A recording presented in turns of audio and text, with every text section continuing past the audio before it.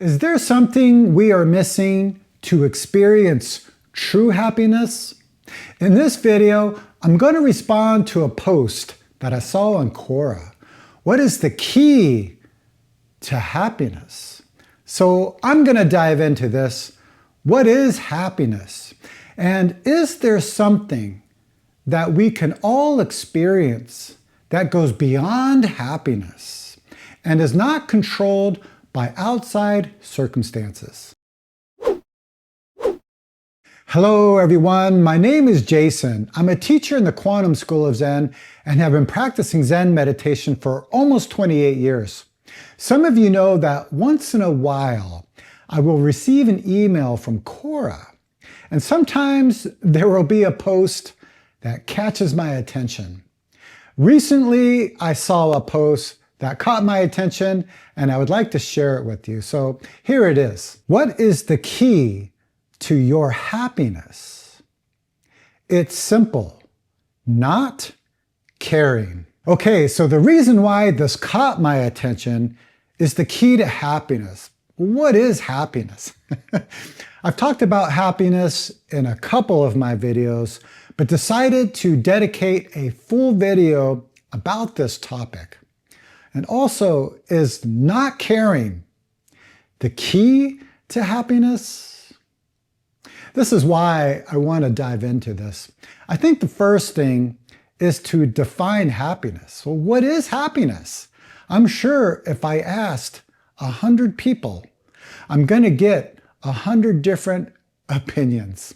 So I decided to look it up on the web, and here's what I found. Happiness, the state of being happy. Well, that's not helpful.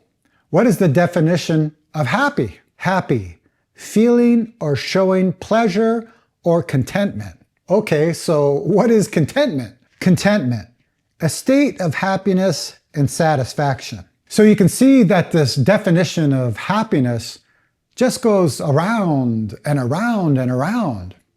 The person who wrote the post on Quora gave an example. You go to your mailbox, you take out the mail, and it's all bills. And you open each one by one. And the bills are just getting more expensive. So you start to stress out. How am I going to pay for all of this? Why is it so expensive? How am I going to save? I need a raise at work, but that means I got to work harder and more hours. So your stress levels go through the roof and you are not happy. So this kind of happiness is conditional. It's controlled by outside conditions and situations.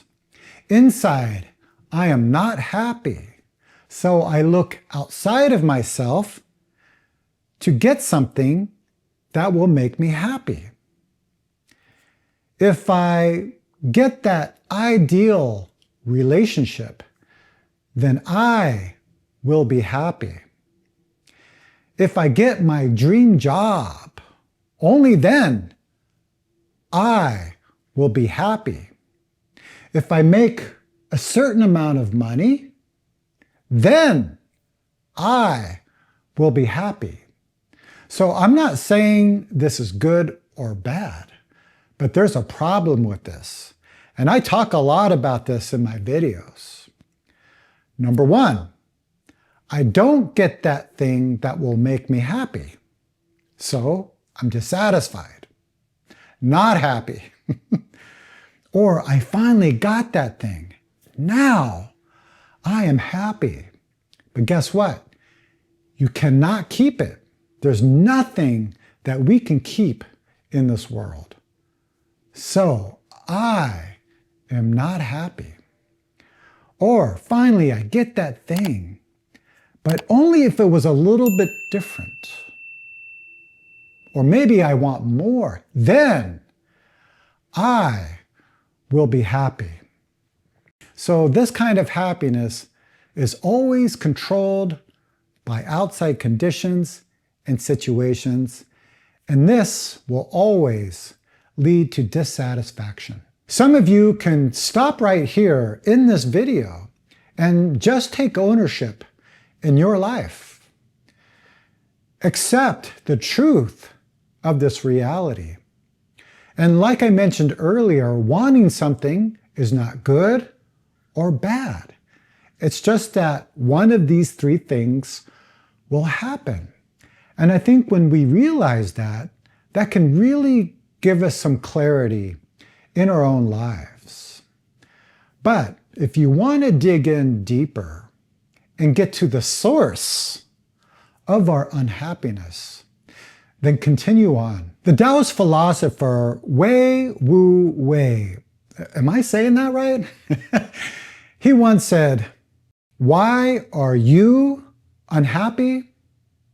It's because that 99.9% of everything you think and of everything you do is for yourself, and there isn't one."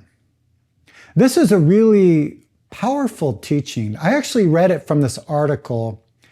Eastern philosophy says there is no self, and science agrees. I'll put a link down below so you can check it out. But many of us, we are always thinking about my work problems, my money problems, my relationship problems, my.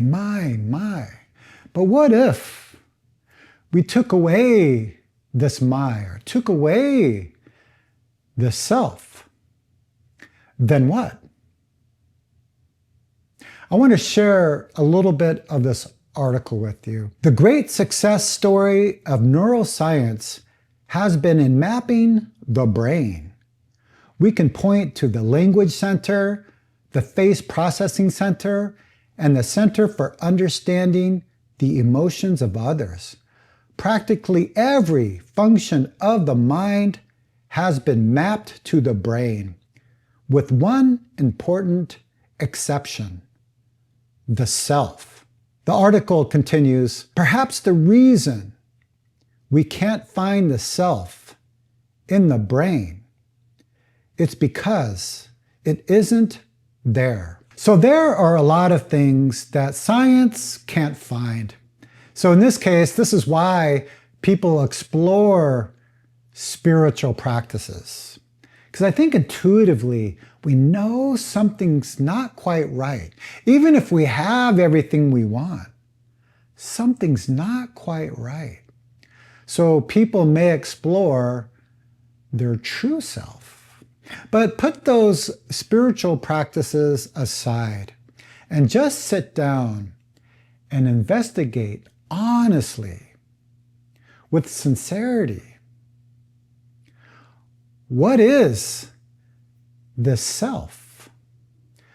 Where does the idea of self come from? Maybe if you're clever, you can say, oh, the idea of self comes from thinking. So where does thinking come from? Oh, that's easy. Thinking comes from mind. So where does mind come from? Oh, mind comes from consciousness. So where does consciousness come from? And eventually we come to the place where we don't know. Don't know is our true self. It's before our understanding. It's before our thinking.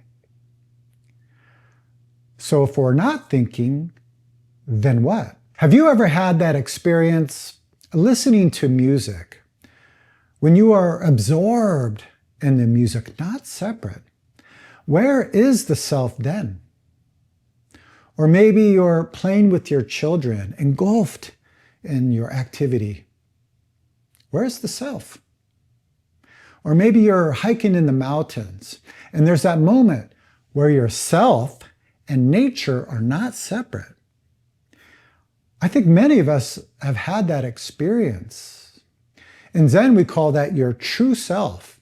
And it's important to realize, because it's not like we don't think about ourselves. we just loosen the grip of the idea of ourself. And this really can open up our lives and give us some grounding no matter what's happening in our own lives. So I would like to go back to the Quora post where the person said that the key to happiness is not caring. Let me share this with you. But what if you just didn't care about all of that?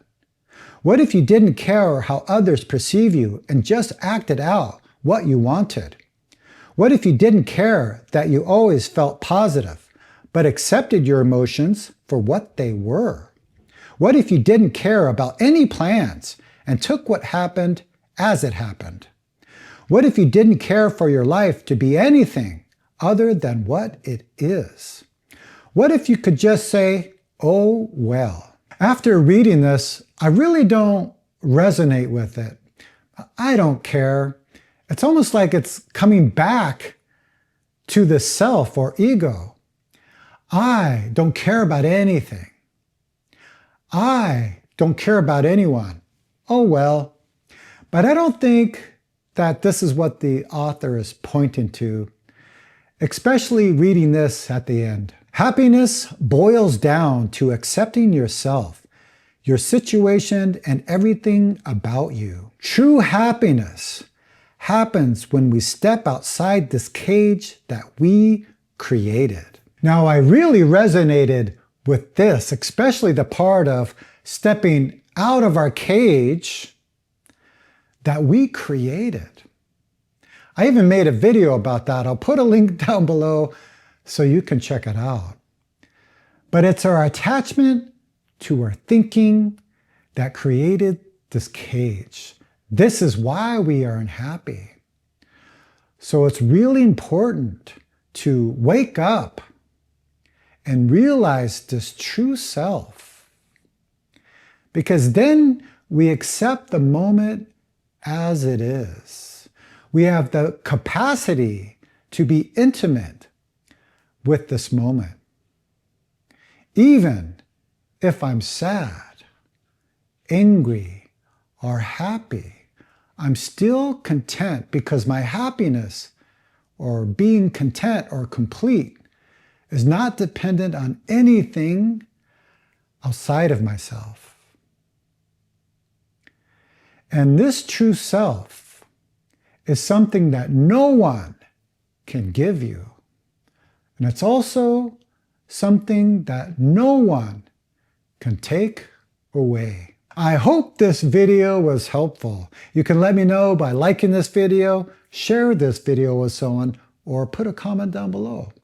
Also, I would be interested in hearing from you. What is happiness? Let me know down below. I'm going to post this video here after 10 years of meditation. Am I still me? I really dive in deep about this cage we created and how we can get out. Okay, everyone, I hope you're all doing well, and I will see you very soon.